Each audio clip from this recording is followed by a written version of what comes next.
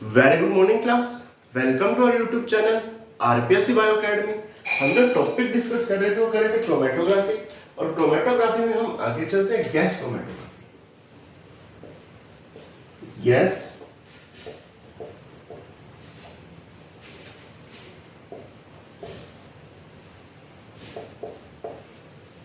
Chromatography, gas chromatography की बात करते हैं। देखिए यहां पर सबसे पहले बात करें मोबाइल फेज की।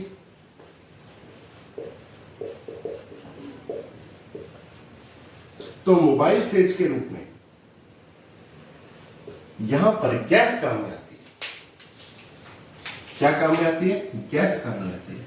ये गैस ऐसी गैस होती है जो किसी के साथ रिएक्शन ना करे, इनर्ट होती है, जो किसी के साथ रिएक्शन ना करे, जैसे hydrogen gas, helium gas, nitrogen gas, argon gas. ठीक है, तो मोबाइल फेज के रूप में गैस काम में आती है ऐसी गैस जो किसी के साथ क्या ना करे, रिएक्शन ना करे। ठीक है, अगर मैं स्टेशनरी फेज की बात करूं,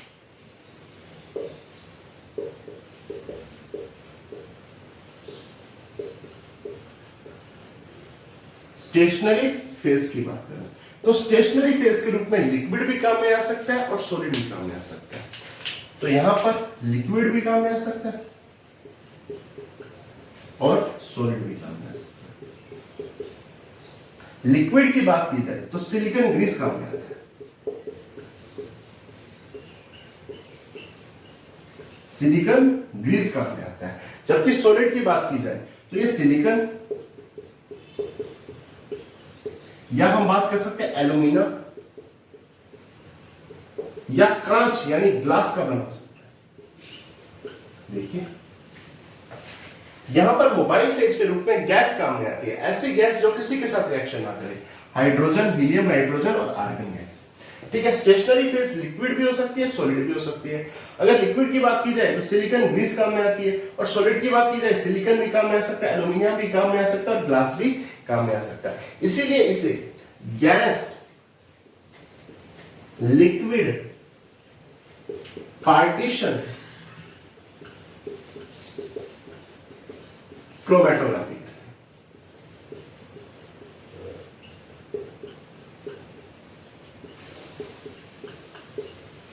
अच्छा, ऐसा क्यों? क्योंकि मोबाइल फेज क्या है? गैस है। स्टेशनरी फेज क्या है? लिक्विड है। पार्टीशन सेपरेटेड मेथड है। सेपरेशन मेथड क्या है? पार्टीशन। सेपरेशन मेथड क्या है? पार्टीशन। तो गैस, लिक्विड, पार्टीशन क्रोमेटोग्राफी कहते हैं। या गैस, सॉलिड, एडजॉर्प्शन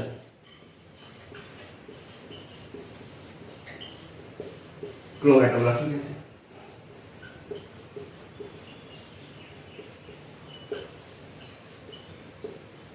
देखो यहां पर mobile phase gas, stationary phase solid, और सेपरेशन का मेथड क्या है? एडजॉर्प्शन। तो क्या है कि गैस, सॉलिड, एडजॉर्प्शन क्रोमेटोग्राफी भी कहते हैं। अगर हम आगे बात करें, यहां पर बेसिकली वेपराइज्ड होगा, वेपर बनेंगे, तो इसे वेपर फेज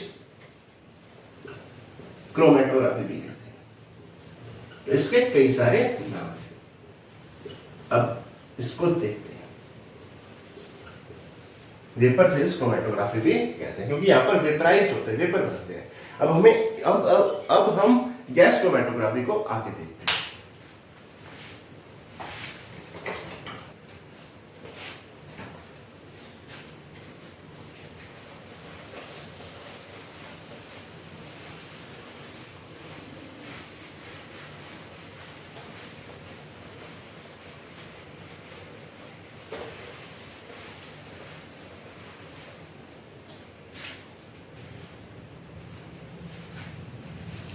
देखिए अगर हम आगे बात करें,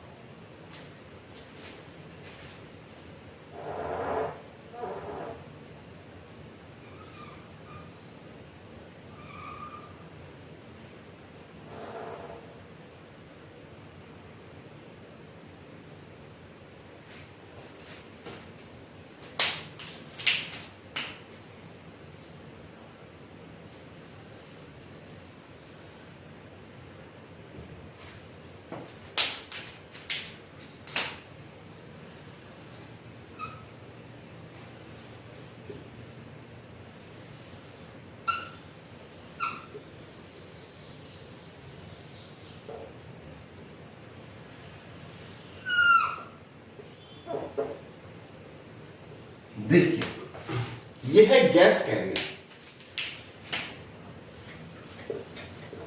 गैस कैरियर, यहां से गैस का फ्लो किया जाएगा।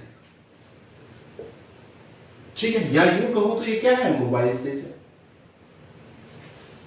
मोबाइल फेज के आगे कंट्रोलर लगा हुआ है जो इस फ्लो को कंट्रोल कर रहा है। ठीक है, ये है ओवन,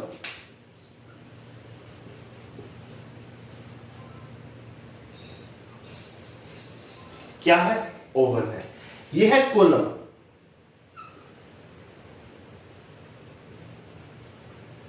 कॉलम स्ट्रेट भी हो सकता है, हेलिक्स शेप में भी हो सकता है, यू शेप में भी हो सकता है। मैंने हेलिक्स शेप में बनाया। ठीक है, ये है इंजेक्शन ट्यूब, जहां से सैंपल को इंजेक्ट किया जाता है, इंजेक्शन ट्यूब, इंजेक्टर भी बोलते हैं, इंजेक्टर। यहां से सिरिंज की सहायता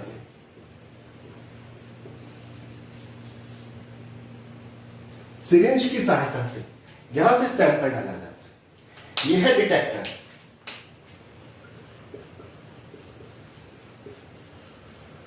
सैंपल को डिटेक्ट करता है। यहां से इस प्रकार से हम कलेक्ट कर सकते हैं। और ये क्या है, ये स्क्रीन है, कंप्यूटर की स्क्रीन पर हमें कुछ इस प्रकार का ग्राफ दिखाई देगा।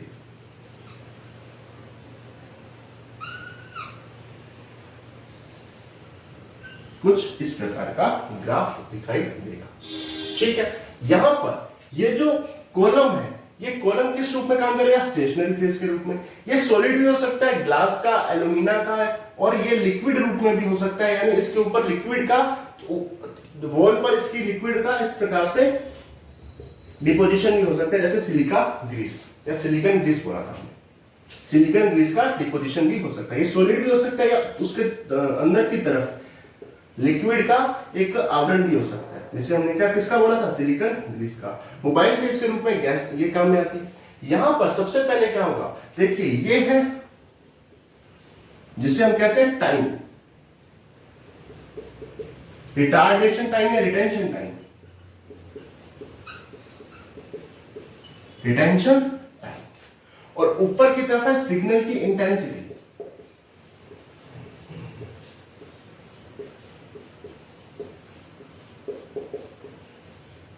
सिग्नल की इंटेंसिटी।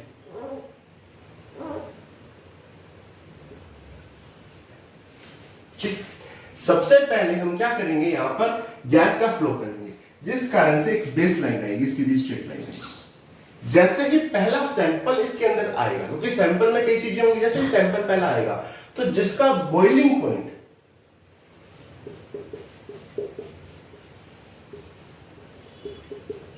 बॉइलिंग पॉइंट क्या होगा, कम होगा, वो सबसे पहले इल्यूट होगा, सबसे पहले बाहर आएगा। तो जो फर्स्ट पीक आएगी वो सैंपल की है। ठीक है, फिर वो सैंपल बाहर आएगा जिसका बॉइलिंग पॉइंट 4, ठीक है, जिसका बॉइलिंग पॉइंट कम, इल्यूट फर्स्ट,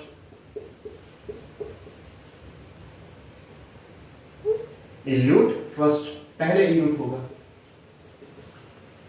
और ये इल्यूट बाद में होगा या सेकंड होगा। तो जिसका बॉइलिंग पॉइंट कम है वो सबसे पहले इल्यूट होगा, क्योंकि यहां पर जो ओवन है, ओवन का टेम्परेचर 300 डिग्री सेंटीग्रेड रखा जाता है। ठीक है, सबसे पहले कम टेम्परेचर रखा, जिसका बॉइलिंग पॉइंट कम, वो इल्यूट होकर वेपर में कन्वर्ट हो गया। वेपर में कन्वर्ट होने पर डिटेक्टर ने डिटेक्ट किया और पीक बना दी, फर्स्ट पीक बना दी। ठीक है, फिर हम धीरे धीरे इस ओवन का टेम्परेचर बढ़ाएंगे, 300 डिग्री सेल्सियस तक ओवन का टेम्परेचर बढ़ा सकते हैं। जैसे ही ओवन का टेम्परेचर बढ़ाएंगे, जिसका बॉइलिंग पॉइंट ज्यादा होगा, जब उसका बॉइलिंग पॉइंट आएगा, वो लिक्विड से किसमें चेंज हो जाएगा, वेपर में या गैस में चेंज हो जाएगा, और वो भी क्या करेगा, वो सेकंड पीक बनाएगा। जैसे डिटेक्टर उसे डिटेक्ट करेगा, क्या करेगा, सेकंड पीक बनाएगा। इस तरह दोनों सैंपल को अलग अलग किया जाएगा। अब मैं कॉलम को देखता हूं,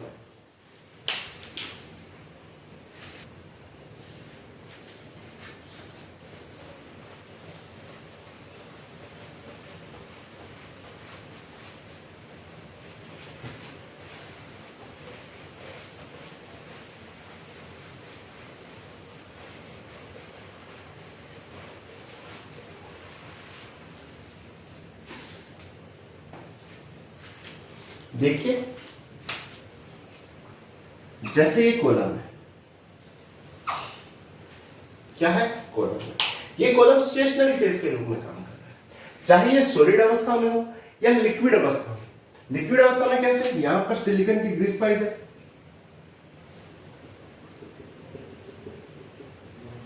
इस प्रकार से। अच्छा, यहां से क्या आ रही है? एक तो गैस आ रही है प्लस सैंपल आ रहा है।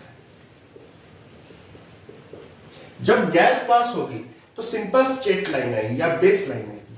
जैसे ही सैंपल आएगा, जैसे ही, क्योंकि इसका टेम्परेचर हम बढ़ा रहे हैं, टेम्परेचर बढ़ रहा है, ठीक है। पहले कम टेम्परेचर पर जो सबसे पहले वेपर में चेंज होगा, जो कम टेम्परेचर पर सबसे पहले किस में चेंज हो जाएगा? जो कम टेम्परेचर पर सबसे पहले गैस में चेंज हो जाएगा, ठीक है। वो क्या देगा? इस प्रकार से पीक देगा, फर्स्ट पीक देगा। तो यहां पर सैंपल और गैस यहां से अंदर पास आउट हो रही है। स्टेशनरी फेज एक अवस्था में, एक अवस्था में जो मूवमेंट नहीं करी, जबकि गैस और सैंपल यहां से मूवमेंट कर रहे हैं। तो पहले सेपरेट कौन होगा? जिसका बॉइलिंग पॉइंट कम है, इल्यूट फर्स्ट,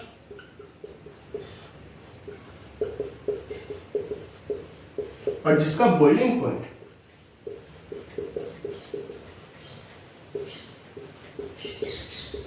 ज्यादा है वो इल्यूट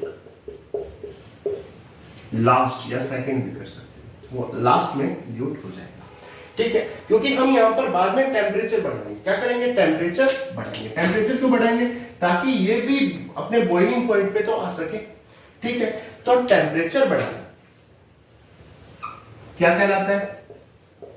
टेम्परेचर प्रोग्रामिंग।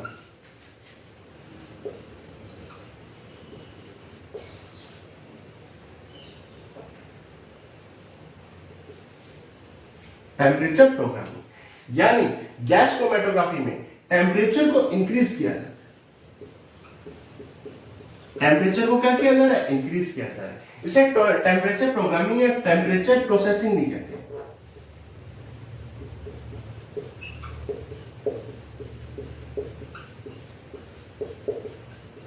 बेसिकली इसे जो सेकंड है या जो लास्ट है, जो लास्ट सैंपल है, जो सेकंड सैंपल है, इसको फास्टली मूव करने के लिए किया जाता है। देखिए, पहले हमने बॉइलिंग पॉइंट को कम रखा तो इल्यूट हो गया, जो सैंपल फर्स्ट था, और जो दूसरा सैंपल था उसे इल्यूट करने के लिए हमें टेम्परेचर को बढ़ाना पड़ेगा ताकि वो अपने बॉइलिंग पॉइंट पे तो पहुंच सके, और ताकि ये जो सेकंड सैंपल है फास्टली मूव हो सके। तो हम इसे क्या कहेंगे? टेम्परेचर प्रोग्रामिंग या टेम्परेचर प्रोसेसिंग। यानी इस प्रोसीजर में टेम्परेचर को बढ़ाना क्या कहलाएगा? टेम्परेचर प्रोग्रामिंग या टेम्परेचर प्रोसेसिंग कहलाएगा। अगर हम आगे बात करें, मान लीजिए बॉइलिंग पॉइंट सेम है,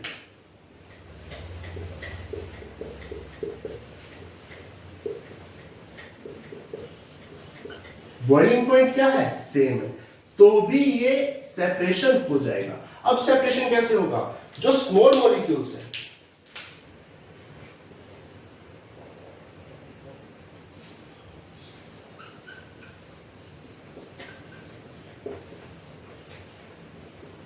कैसे मॉलिक्यूल्स है? स्मॉल मॉलिक्यूल है, छोटे मॉलिक्यूल है, वो फर्स्ट इल्यूट होंगे,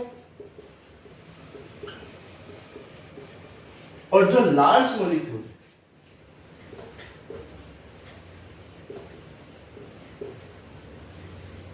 वो बाद में एल्यूट होंगे। तो यहां पर जब बॉइलिंग पॉइंट सेम आ जाए तो इल्यूशन किस बेस पे होगा? साइज के बेस पे। देखिए, पहले जो इल्यूशन होगा वो बॉइलिंग पॉइंट के बेस पर होगा। जिसका बॉइलिंग पॉइंट कम, इल्यूट पहले, जिसका बॉइलिंग पॉइंट ज्यादा, इल्यूट लास्ट या सेकंड। अगर बॉइलिंग पॉइंट सेम है तो स्मॉल मॉलिक्यूल पहले इल्यूट हो जाएगा, और जो लार्ज मॉलिक्यूल होगा वो बाद में इल्यूट हो जाएगा। और इस प्रोसीजर में टेम्परेचर को बढ़ाया जाता है, जिसे टेम्परेचर प्रोग्रामिंग या टेम्परेचर प्रोसेसिंग कहते हैं, ताकि जो सेकंड सैंपल है वो फास्टली मूव कर सके। ठीक है, अब आगे चलते हैं।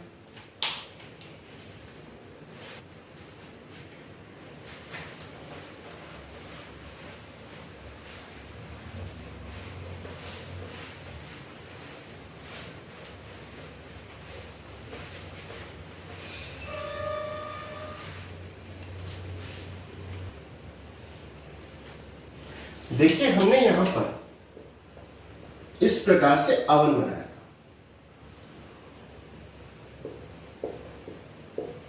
और इस अवन में हमारे पास स्टेशनरी फेज थी कुछ इस प्रकार से।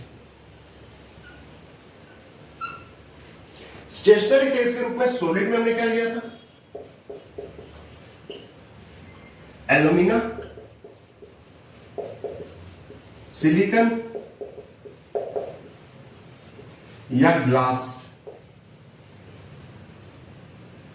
और लिक्विड में हमने क्या लिया था, यहां पर सिलिकॉन बेस।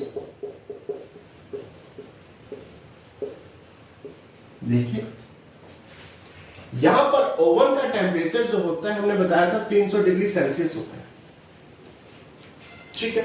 अगर यहां पर इतना सारा टेम्परेचर है तो सबसे पहली हमें प्रॉब्लम्स क्या आएगी कि ये जो स्टेशनरी फेज है ये मेल्ट ना हो जाए, इसमें कुछ कैरेक्टरिस्टिक्स पाए गए। जैसे पहली बात तो ये थर्मल स्टेबल हो,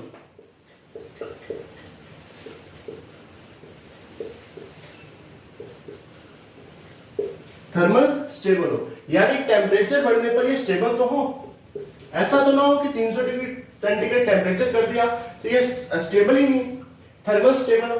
दूसरी चीज ये इनर्ट हो,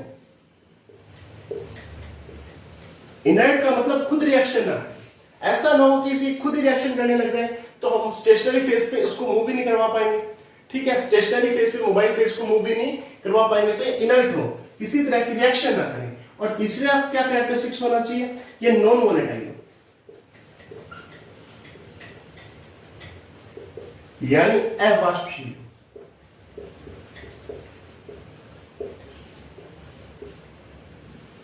अवाष्पशील हो, इनकी वाष्प के रूप में ना चेंज हो जाए, इनकी वेपर ना बन जाए, ठीक है। पता चला इनकी वेपर बन गई तो हमें सैंपल में हम पता ही नहीं लगा पा रहे कि वेपर किसकी है, सैंपल की वेपर है या इनकी वेपर है, ठीक है। तो ये नॉन वोलेटाइल होना चाहिए, इसीलिए लिक्विड के रूप में क्या लिया, सिलिकॉन, ग्रीस लिया। इसके अलावा हम और क्या ले सकते हैं, ग्लाइकोल, पैराफिन, तो इन सब चीजों का हम यूज कर सकते हैं, ठीक है।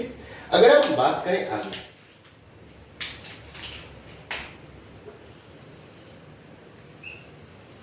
देखिए हमने जो ग्राफ बनाया था उस ग्राफ की बात करते हैं। ऊपर थी इंटेंसिटी, सिग्नल की इंटेंसिटी, सिग्नल कितना इंटेंस मिलता है, ठीक है। सिग्नल की इंटेंसिटी क्या है, नीचे क्या था, रिटेंशन टाइम। अच्छा, रिटेंशन टाइम क्या था, रिटेंशन टाइम ये था कि जो कॉलम के अंदर सैंपल कितनी देर तक सरवाइव करता है वो क्या है, रिटेंशन टाइम है, ठीक है। ग्राफ आया था कुछ ऐसे था। जो पहला सैंपल होगा जिसका बॉइलिंग पॉइंट कम होगा वो पहले इल्यूट हो जाएगा, यानी उसका रिटेंशन टाइम क्या है, कम है। रिटेंशन टाइम क्या है, कम है। तो सबसे पहले कौन इल्यूट होगा, जिसका रिटेंशन टाइम कम होगा। रिटेंशन टाइम मतलब उसने कॉलम के अंदर कितना टाइम सर्वाइव किया, और दूसरा जिसका रिटेंशन टाइम क्या होगा, ज्यादा। तो फर्स्ट इल्यूट रिटेंशन टाइम क्या आएगा, कम, और सेकंड इल्यूट का रिटेंशन टाइम क्या आएगा, ज्यादा आएगा। तो ये रिटेंशन टाइम के बेस पर भी ये आएगा, ठीक है। हम कैसे सेपरेट करेंगे, देखो इंटेंसिटी जो हमें ग्राफ में दिख जाएगी कि ये ज्यादा इंटेंस है या ये ज्यादा इंटेंस है, इनकी इंटेंसिटी कितनी ज्यादा है। रिटेंशन टाइम से हम बेसिकली ये पता लगा पाएंगे कि पहले इल्यूट कौन होगा। जिसका रिटेंशन टाइम कम है ना वो पहले इल्यूट होगा, और जिसका रिटेंशन टाइम ज्यादा है वो बाद में इल्यूट होगा। अब बात करते हैं सैंपल।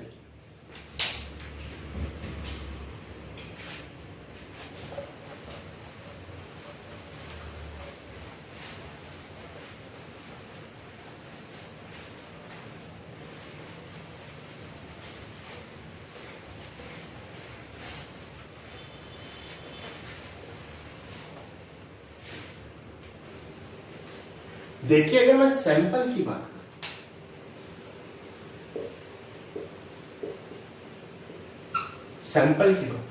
सैंपल को कहां इंजेक्ट करेंगे, जैसे अवर है,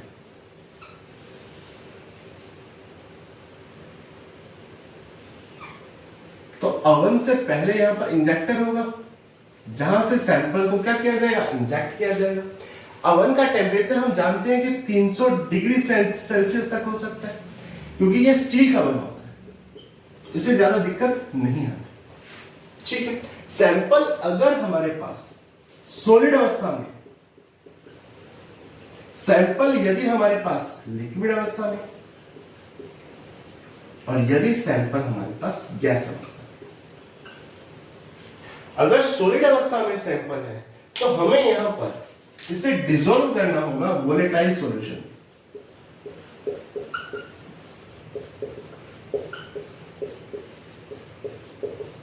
एक वोलेटाइल सॉल्यूशन बनाकर उसमें सैंपल को डिसॉल्व करना होगा।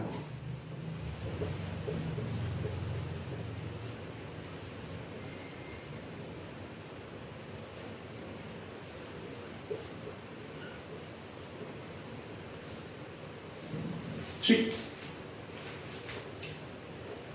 अगर सैंपल यहां पर सॉलिड अवस्था में है तो हमें इस सैंपल को डिसॉल्व करना होगा किसमें, वोलेटाइल सॉल्यूशन। अगर सैंपल लिक्विड अवस्था में तो यहां पर इंजेक्शन की सहायता से या सिरिंज की सहायता से हम इंजेक्ट कर देंगे। सिरिंज की सहायता से हम इसमें इंजेक्ट कर देंगे, क्योंकि यहां पर टेम्परेचर ज्यादा है तो लिक्विड से ये गैस में कन्वर्ट हो जाएगा, और अगर गैस में है तो भी हम सिरिंज की सहायता से ही इसे इंजेक्ट कर देंगे। ठीक है, अगर सॉलिड है तो हमें डिसॉल्व किसमें करना पड़ेगा, वोलेटाइल सॉल्यूशन में। ठीक है, अब बात करते हैं यहां पर डिटेक्टर की।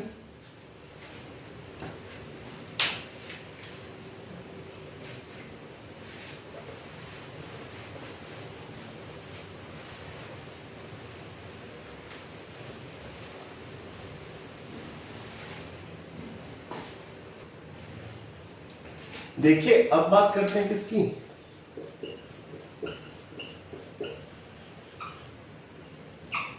डिटेक्टर। गैस क्रोमेटोग्राफी में बहुत प्रकार के डिटेक्टर काम में लिए जाते हैं। अब हम देखते हैं कि डिटेक्टर डिटेक्ट कैसे करता है कि ये सैंपल है, जिसमें पहला है फ्लेम,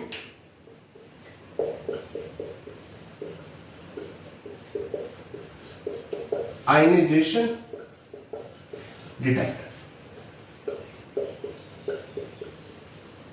जब मोबाइल फेज को फ्लेम आयनाइजेशन डिटेक्टर में डाला जाता है, मोबाइल फेज को डाला जाता है, मोबाइल फेज यानी गैसेस, जैसे हमने कौन सी गैसेस काम में ली थी, हाइड्रोजन, हीलियम, ये सारी गैसेस काम में ली जाती है। तो इन्हें जब डाला जाता है कॉलम में, किसमें डाल दिया, कॉलम में डाल दिया सर। ठीक है, उसके बाद हमने क्या डाला, हाइड्रोजन के साथ हमने क्या डाला, सैंपल डाला। बेसिकली ये जो डिटेक्टर है, ये डिटेक्टर किसके लिए यूज में लिया जाता है, कार्बन कंपाउंड्स के लिए।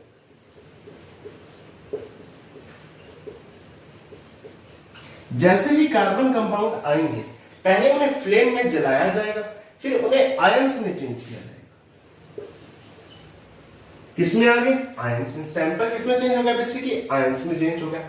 जैसे ये आयंस के रूप में आएंगे तो डिटेक्टर इन्हें डिटेक्ट कैसे करेगा, क्योंकि यहां पर इलेक्ट्रिसिटी बढ़ जाएगी, या यूं कहूं तो करंट बढ़ जाएगी। करंट के इंक्रीज होने पर डिटेक्टर इसे डिटेक्ट करेगा। डिटेक्टर में क्या बढ़ जाएगा, करंट बढ़ जाएगा। अच्छा, करंट क्यों बढ़ा, क्योंकि जैसे ही सैंपल इसमें आया, जैसे ही सैंपल इसमें आया, पहले तो मोबाइल के रूप में हाइड्रोजन आ रही थी और वो कॉलम में जा रही थी। अब सैंपल आने पर सैंपल में आयन बन गए। ठीक है, फ्लेम द्वारा इनको तोड़ा गया, बाद में किसमें बनाया गया, आयन में बनाया गया। आयन में बनाते ही कंडक्टर का करंट क्या हो गया, बढ़ गया। डिटेक्टर का करंट क्या होगा, डिटेक्टर का करंट क्या हो गया, इंक्रीज हो गया। ठीक है, डिटेक्टर का करंट इंक्रीज होने के कारण इसे डिटेक्ट किया गया।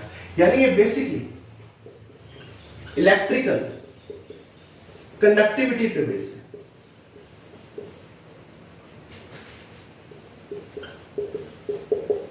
इलेक्ट्रिकल कंडक्टिविटी पर बेस है। दूसरा है thermal conductive detector. Thermal conductivity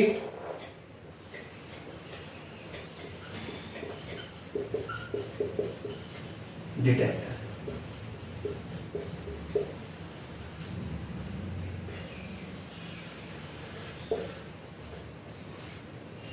thermal conductivity detector की बात की जाए तो वेपर फेज में, किसमें, वेपर अवस्था में हम यहां पर थर्मल कंडक्टिविटी देखते हैं।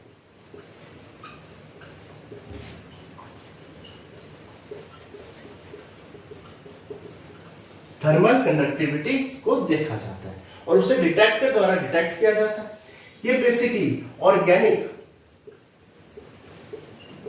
और इनऑर्गेनिक दोनों के लिए यूज में लिया जाता है। ऑर्गेनिक कंपाउंड और इनऑर्गेनिक कंपाउंड दोनों के लिए इसको यूज में लिया जाता है। तो यहां पर पहले वेपर में चेंज किया जाता है और थर्मल कंडक्टिविटी इनकी मेजर की जाती है वेपर अवस्था में, या यूं कहूं तो ये टेम्परेचर पर बेस्ड है। किस पर बेस्ड है? टेम्परेचर पर बेस्ड है। अब आगे चलते हैं।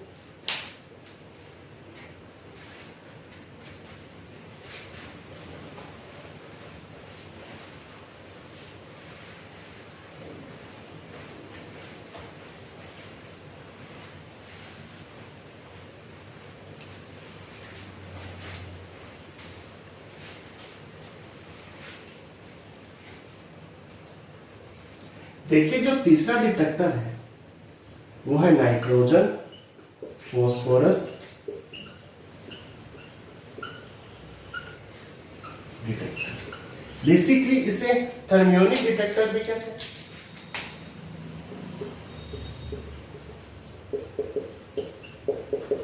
थर्मियोनिक डिटेक्टर भी कहते हैं। ये नाइट्रोजन और फास्फोरस को डिटेक्ट करते हैं। नाइट्रोजन और फास्फोरस को डिटेक्ट करते हैं। चौथा आएगा इलेक्ट्रॉन कैप्चर डिटेक्टर।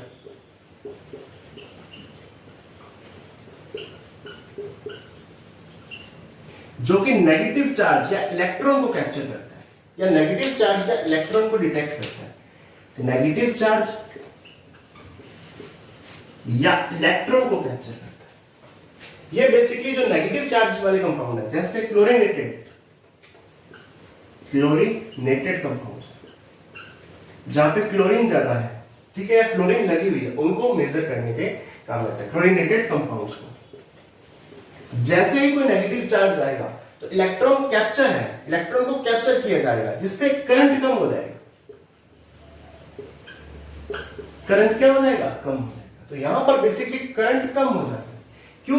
क्योंकि इलेक्ट्रॉन को कैप्चर किया जाता है, इलेक्ट्रॉन को पकड़ा जाता है और क्लोरीनेटेड कंपाउंड्स में ये यूज किया जाता है, या नेगेटिव चार्ज है इलेक्ट्रॉन को यहां पर कैप्चर किया जाता है। अब आखिरी देखते हैं।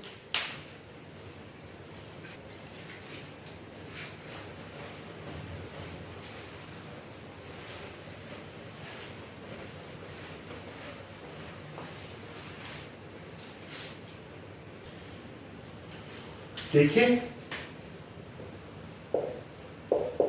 लास्ट आ गया मास स्पेक्ट्रोमीटर या मास डिटेक्टर भी कहते हैं, मास स्पेक्ट्रोमीटर भी कहते हैं। बेसिकली ये किसमें यूज किया जाता है? मास स्पेक्ट्रोमेट्री में यूज किया जाता है। इसे मास स्पेक्ट्रोमीटर भी कहते हैं। ये डिटेक्टर है जो कि मास टू चार्ज रेशियो को डिटेक्ट करता है। मास यानी ऊपर तो आ गया मास अपॉन चार्ज को डिटेक्ट करता है। ये कहां यूज किया जाता है? मास स्पेक्ट्रोमेट्री में।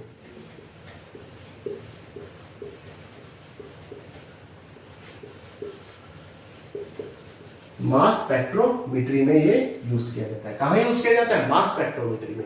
जब मास स्पेक्ट्रोमीटर का यूज गैस क्रोमेटोग्राफी में करते हैं, बेसिकली यूज तो मास स्पेक्ट्रोमेट्री में किया जाता है, लेकिन कई बार इसका यूज कहां करते हैं? गैस क्रोमेटोग्राफी में करते हैं। तो इसे क्या कहते हैं? Gas chromatography.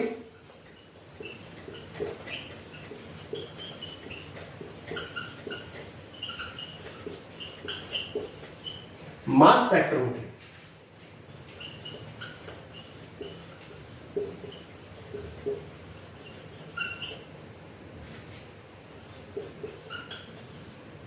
यानी GCMS।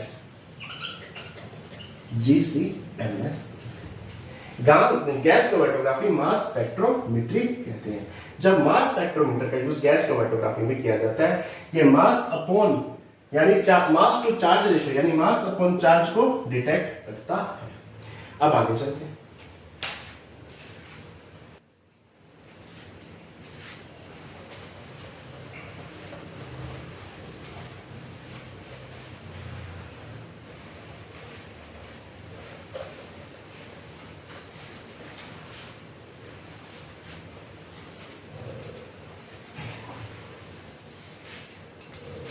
देखिए ये क्वेश्चन ग्रेड 1 2022 में आया यानी फर्स्ट ग्रेड 2022 में आया।